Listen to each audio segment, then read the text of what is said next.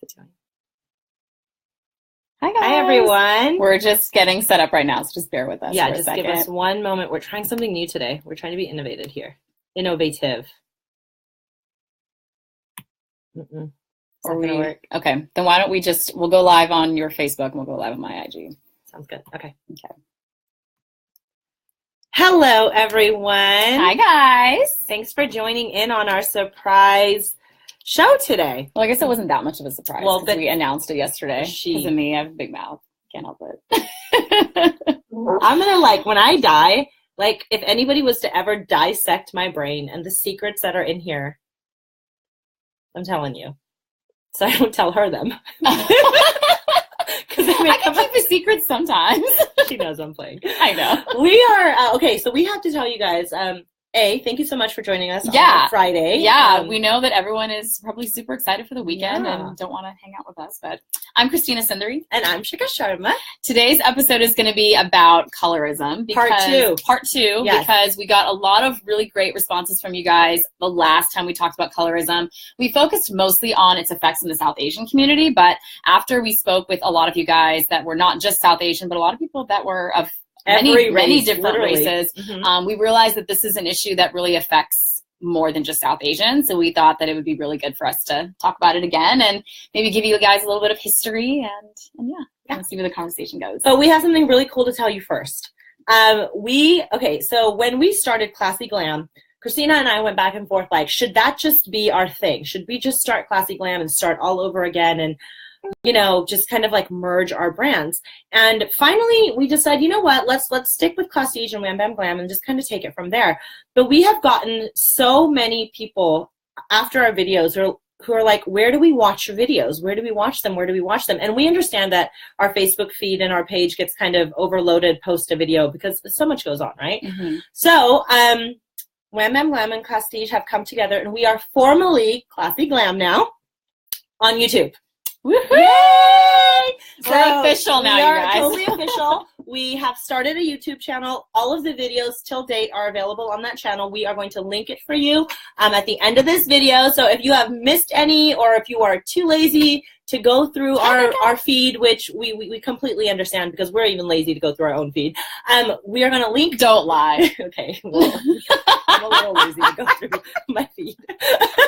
I get to a certain point.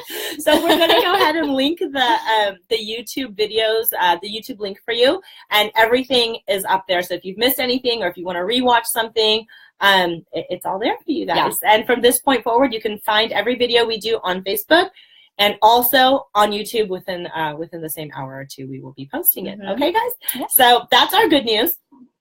We want to go ahead and talk about colorism part 2.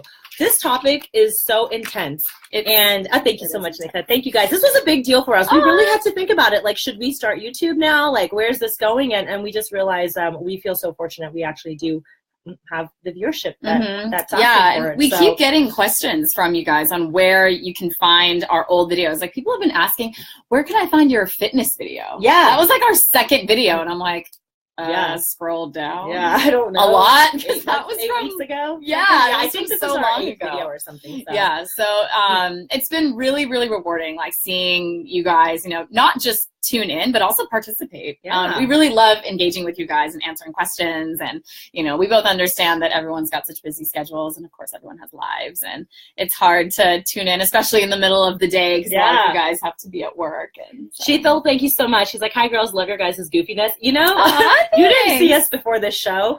And we're yesterday. Yeah, and we were like, we can't be on camera like this. We can't be on camera like this. And Christina's like, I think they just kind of know we're like this now. I think so. So we're just rolling with it. We were saying one day we should just do a show when we're just being ourselves. Just being ourselves. What it takes. Do a show on what it takes to do a show is what we were.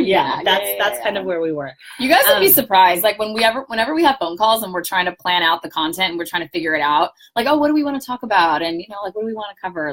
We kind of talk about it, but we obviously don't script it. Just because we don't script anything. By the way, we can't plan anything like guys. That. No. We just absolutely would not be able to plan. We're not gonna lie. We have notes. And I don't know if we're going to use them. I don't even know if she can read my notes. I can't read anything really bad. So. Hi, Linny. Linny is from Germany. She's a good friend. She says it's the first time I'm catching you live and not the recorded version. Exciting. So, yay. Thanks for joining, Linny. Hi, Mom. My mom. You guys, we got to shout out to the moms here. My mom signs in on every show and watches that whole thing. She literally will be at work and she's like, I know, your my mom daughter. is awesome. So, this is going to be a fun show. We started this show thinking, you know what, we got to do Colorism Part 2. And you know what? Let's be really glam on this show today. I don't know why we had the urge to dress up for you guys and like, yeah, let's get glam. So I actually came in with a red dress and everything, and I sat down and I was like, Christina, I'm really hungry and really uncomfortable. So I actually have a protein shake running on the side, and I put my sweats on. So and we were snacking on almonds. Yeah, we're trying to be really good. So we're gonna keep this really quick, really casual, really fun. We know it's kind of a loaded topic, but we just kind of wanted to give you guys a little bit of background. We really jumped into colorism last time, and we just gave everyone, this is the part that sucks about it. This is like, oh my God, all of us go through this. These lighter skinned people have it so much easier. The makeup industry also only caters to the light skinned people. We per se, darker skinned people are not appreciated as much, or the makeup is not available so much, or we're hated against, or whatever. We had all those sorts of conversations. And I think what we forgot to do was really talk about how this affects light-skinned people too. So that's going to be a part of this conversation. But more importantly, where did colorism come from, you guys?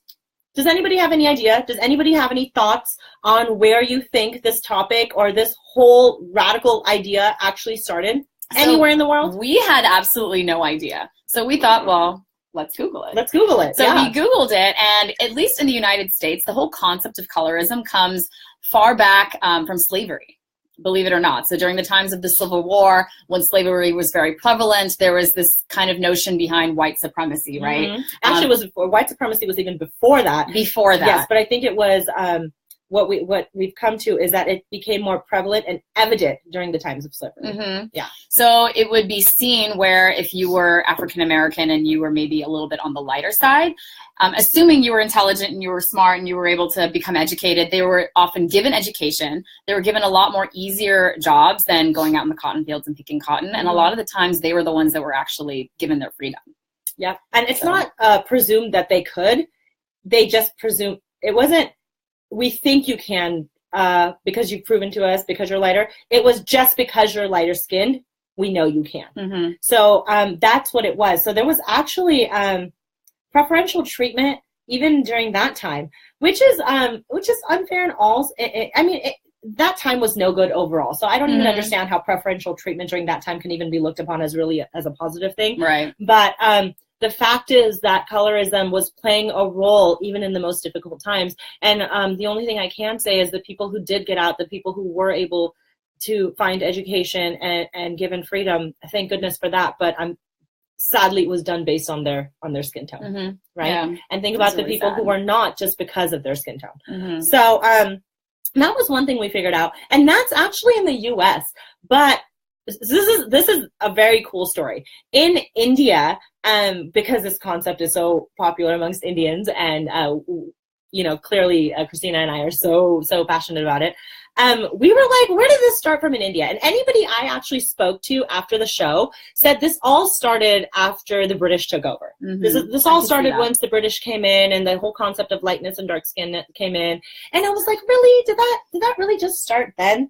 So we Googled. And we didn't just do a Google and read a single article. Like, we did some research, guys. We're like, where does this really We had two computers going. Yeah, we were like, what'd you come up in our with? element. Yeah, we were feverishly typing. We were geeking it out. Yeah, we were.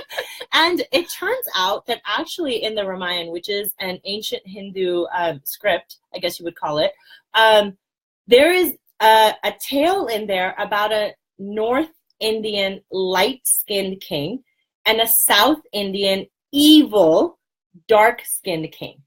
Like, can you believe that? And it's dated back, they say the tale goes back to about 1500 BC. So this is not just from when the British came in and the whole concept of light-skinned people was maybe it was amplified then, but it didn't begin then. It actually it dates back a lot further than that. So does that mean that I'm evil because I'm South Indian?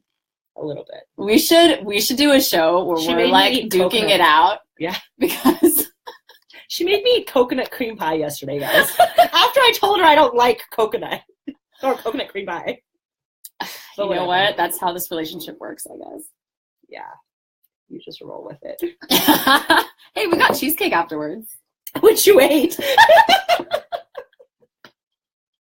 Anyways, different topic. I know. So the whole point is that the whole concept we thought was very interesting of how far back does this really go and where did it really start? So we thought it was important to give you guys that too before we demolish the makeup industry and we hate on the people for having all these ideologies and these parents and grandparents and aunts and uncles and even cousins and younger generations that we're all upset with because of their mentality. Where did it really come from? So we can't really just blame a person. I mean, this dates really, really far back. Yeah, this is bigger than just one group of people versus another. This is a world issue. Yeah, it's a worldwide issue. This is something that affects many different cultures in many different ways. I mean, Fair and Lovely is obviously a product that many of us Indians are very familiar with, but I mean, there's a number of other products out there that's a booming industry, right? And they're not losing speed. So in a lot of ways, it's like, if you look at the whole chicken or the egg concept, it's like, what's going to put these brands out of business? Like not many things, you know? No. There's a lot of advertising, marketing dollars behind it. I mean, this issue is a lot bigger. And they have to know it's going on. I think they're getting the push now because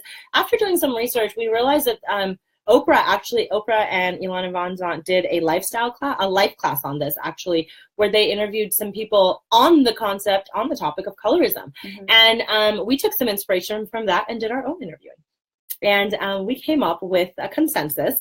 We interviewed one off and we came back and compared some notes and said, what'd you come up with and what'd I come up with? And, we talked about everyone we talked to. And, we narrowed it down to 3 things that we saw was really common. And actually, just for a little bit of background, we wanted to interview the fair-skinned people because we kind of know the notion of what darker-skinned people are going through, which is, I think that's the fine line of colorism. When we think of colorism, we only think of the negatives of what happened to dark-skinned people. We don't, and we just assume that everything is positive with lighter-skinned people. And that was unfair. So that was kind of it was also unfair on our part to have an episode like that and not acknowledge that there are probably some things that light-skinned people go through that we're not talking about. So we did our part. We went back and we talked to people who were perceived to be light-skinned, and we came up with 3 things that they go through. Yeah. So the first thing being like the need to have to prove what they are, because a lot of the times, at least from what we've seen and from these folks that we interviewed, a lot of the times they would get questions like, well, what are you? Because what race are you? What race are you? Yeah. Because they might be mixed or maybe they're 100% full, but it's still not clear what they are. So then they have this need to have to prove like what they are. Which is sad. Like if you tell, it was like what I said last time, I'm not considered a light-skinned Indian, right? And I'm North Indian, so typically I guess I should be. So when I would tell people I'm Punjabi, they'd be like, really? Aren't they lighter? So it's kind of the opposite for the light-skinned people when they're like, well, I'm this. And they're like, you are? Like, especially in the Black community. Yes. They were saying that that every time a Black-skinned girl is asked what they are, and they're kind of like, well, I'm Black, and they're like, really? And it's sad because they had this feeling of needing to prove themselves and, well, my mom's just light or my dad is dark. And it's like, why do you even have to get into that conversation of who is light or dark in your family, and why are you having to prove yourself as to what your race is based on your skin tone? Yeah. So we kind of thought that was sad. That wasn't cool for anybody, really. Yeah. Yeah. And then second thing was being perceived as conceited or stuck up. And I thought that was really sad. Yeah. Like the people are passing judgment before they even have an opportunity to speak for themselves. Yeah. Like, it's like I don't have to even open my mouth and people already think like, oh, because he or she is so beautiful and they're so attractive according to the world, then they obviously don't have any problems. Like, don't pass a judgment on someone even though you don't know a thing about them. You don't know their story. You don't know the trials and tribulations that they have had to deal with. So we both thought that was really, really interesting. The whole perception of being conceited because you are lighter skinned. Like, what does that even mean? I know. I don't even know what that means. Like, does that mean I'm automatically not confident because I'm darker skinned?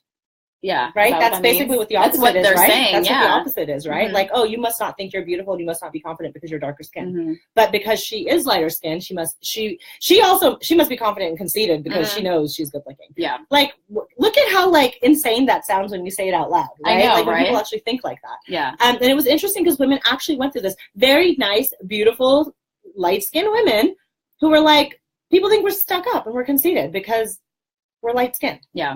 So that was unfair as well. It's really unfair. And then the last thing being kind of this false sense of what makes you worthy. in the world. And that just goes back to the whole idea in the beauty industry. Yeah. You know, it's not, your looks aren't everything. And it's just a really sad thing to me, you know, that like the fact that the way you look is, you know, like how the world is going to perceive you. And okay, fine, like I get it. But at the end of the day, like that's not what makes a person a person.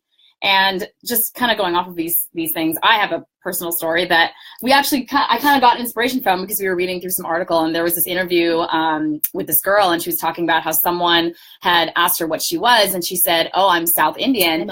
And then the person goes, "Oh, well, that's really surprising because I thought normally South Indian women are unattractive and really, really dark."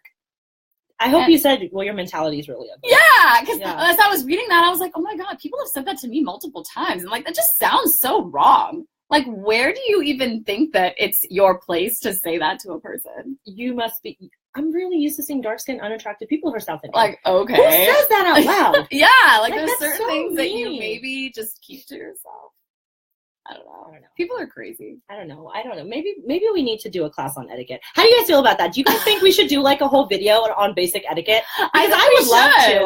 I think that's going to go on our list. A video on just basic etiquette, because that's what I feel like this world needs. Like some people. Yeah. I don't even know like who's invited. The entire world. The entire world. Yeah. So those are the few things that we came up with. We wanted to just come back and do this episode on a part 2 because we're like, you know what, we really went hard on dark-skinned people and what they go through and stood up for them, but we didn't play a fair part on people who are lighter-skinned and things that they may have to. I don't like to say endure, but yeah, they are kind of enduring this prejudice because it is prejudice, you know? Exactly. And we go back to, I'm going to say the same thing I said last time. We're not dismissing any skin tone. I personally believe every skin tone is beautiful, light, dark, medium, olive, doesn't matter what it is, how you want to describe it. There is just a difference between having a preference and being prejudiced. How does that happen? I don't know. That's the only difference. The only difference is having a preference versus being prejudiced. Yes. So you can have a preference, but just don't be prejudiced. Mm-hmm. Yeah. Those are good words to live by. Thanks. And I think that, I know people say this about people that live in the Bay Area a lot, that, oh, people are so sensitive. Because if you go into the city, there's certain words that you don't say, right? Like just because you don't want to offend people. But correct, I think people have become more sensitive, but I think the reason for that is because people have become a lot more mean. Mm-hmm. Like that's why people are more sensitive, is because people are just straight mean. They just say things now. Yeah, like people have no filter, people have no consideration. I mean, I'm not saying that everybody is like this, but I just think that a reason why the Bay Area has become so much more sensitive to certain types of words is because of the intent behind what people are saying. Yeah. Shweta here says, when I've gone on interviews and people read my name, they expect someone different, and I can see their expression change when they see I'm light-skinned. Really? Interesting. That's really interesting. That's really interesting, actually. The only time I've actually had, this is going to open up a whole new topic, but the only time I get that is once they get off the phone with me and they see me in person. Oh, that happens to me too. Actually, you should tell your story, your Christina Davis story. Oh, you should, because it's so true, though, right? Yeah. Like, but I mean, go ahead. I'll let you tell it. Okay. Yeah. So my name is Christina Davis. Sundari is actually my middle name, so that's why I go by Christina Sundari. So when I used to be in outside sales, I would, I'd be on the phone and I'd say, hi, I'm Christina Davis. I sell this, blah, blah, blah. And if I get an appointment, then I would go on site to meet with them. And I'd come in and I'd say, hi, I have a meeting with so-and-so president or whatever. And then they would come out and then they'd kind of look at me funny and they'd be like, where's Christina? Christina Davis? Yeah. And I'm like, yeah, that's me. And they're like, okay. I only get that because once I get off the phone with anybody and then they finally meet me, they're like, oh, you're Indian? I'm like, hey, my name should give it away. If it doesn't, that's great. If it doesn't, that's all right. I mean, you have an open mind. That's wonderful. But more than that, this is what gets me. You don't sound Indian.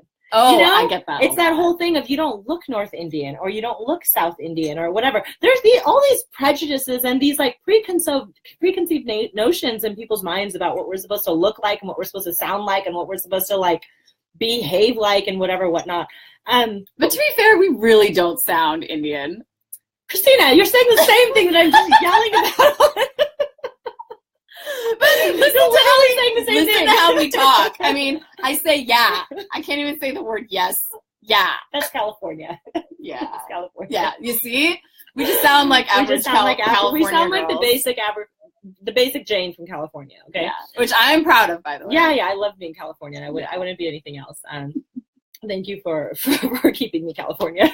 So, in any case, that's why we wanted to talk about colorism again. We didn't want to get too deep or too into it because the last time was intense, but we wanted to make sure we hit upon the roots of it. You know what was cool? One thing I do want to say is as we were doing some research, we came across a couple articles that said the hip hop industry has major colorism in it, and that a lot of these songs and all of these rap artists or whatever actually dismiss dark-skinned women and uplift light-skinned women. And who was it? It was Kendrick Lamar and 2 Chainz who in past videos personally picked their dancers and their models as dark-skinned women because they wanted to get rid of the bias. I love that because they're influential people, right? Those are the people who can make a difference. I mean, we on an everyday can as well, just by changing our mindset a little, just being a little more mindful. And by spreading the word. Yeah, spreading the word, being a little more mindful about what comes out of our mouth and how it can affect the other person. But when these huge artists actually go up there and take a stand, I think you can. I think it's great. So I wanted to share that because I also thought it was interesting that that colorism was prevalent in the hip hop world. I mean, we know that there's that light skin, dark skin thing everywhere, but I never thought of it being prevalent in music. Like I never really thought about that either. I wonder if it's prevalent in sports also. I don't know. Yeah, I don't know because it's such a male dominated industry. I'm not exactly sure if it's something that affects mostly women, you know? Well, a lot of the articles and stuff that we're reading, the emphasis is on women, for sure. And I think maybe that correlates right back to the beauty industry because that's also relative to women are more interested in the beauty industry for the most part, right? Than men. So maybe that's why we're more affected by it because we're the ones who are told to look a certain way and to dress a certain way and to wear a certain amount of makeup and, you know, take care of your skin. Don't be out in the sun. Don't swim. Don't go on the beach. That's why football players are allowed to run around in the sun. That's why football players can run around in the sun and cheerleaders are on the side in the shade doing their dance. Under the trees. Under the trees. Anyways, we're just playing, guys. Thank you. I think we're done. Are we done? Yeah, I think so. I think we covered everything. So thank you so much, you guys, for tuning in. We definitely don't want the conversation to end just yet either because this is an ongoing issue. And so you can expect us to talk about colorism again. So the next time we talk about it, if you guys have any other questions that you want us to address, or maybe there's something specific in colorism that you want us to address, then we would be happy to do that. Just send us a DM. Yeah. And we'll be back here. Actually, next week, we are going to be in LA. It's going to be amazing. She's so excited today, you guys. Like, I have no idea why. She's such a good mood. Next week, we are going to be in LA, and we have some great things coming. We're going to be having a meetup on Thursday. I mentioned it in yesterday's video as well. We will be posting those details early next week. So for those of you who are in LA or know people who are in LA or are going to make that trip just because we're there, we'll let you know where we are. So you can come hang out with us. It'd be cool to meet all of you. Yeah. And we're going to be filming in LA next week too. So we have yet the destination or the places. We have no idea where, but we are going to be somewhere in LA shooting our show. Should we tell them what we're going to talk about? Yeah, why not? Okay. We're going to be talking about travel. So how we travel for our trips. This is now our second trip together. Yeah, so can you believe that? Yeah, and we have so many more planned this year. I know. Oh my gosh, we have a lot of stuff in the works. So yeah, it's going to be how we pack for traveling and the things that we bring. We've also got a really exciting collaboration that we're going to be showcasing also. So you guys definitely want to come check that out. It's our first one together. Yeah. So we're both really, really excited. Someone reached out to us actually and asked for this collab. So that felt great because we're definitely being heard, I guess. So we're going to do this next week and we are going to talk about travel. And the reason we thought this was important is because I used to be the overpacker. Okay. And it was like the curse of travel, right? Is overpacking. Oh, I didn't know that. I used to be the overpacker too. Yeah, completely. So we have some really cool tips and tricks on how to pack for travel. And being in the beauty and the fashion industry, we need a ton of stuff with us all the time, especially when we're traveling for these type of events. So we want to tell you how we do that. And that kind of applies to all of you who travel for like weddings and things like that. You are just, it's overload, right? Yeah. So how do you make the most of your space and what type of things you should definitely take with you that are versatile, and also how to actually pack your suitcase. So it'll be good. So if any of you are interested, we'll see you here next week on Thursday at noon on ClassyGlam. Sounds good. Yeah. Stay classy. Stay glamorous, guys. Have a good weekend. Bye.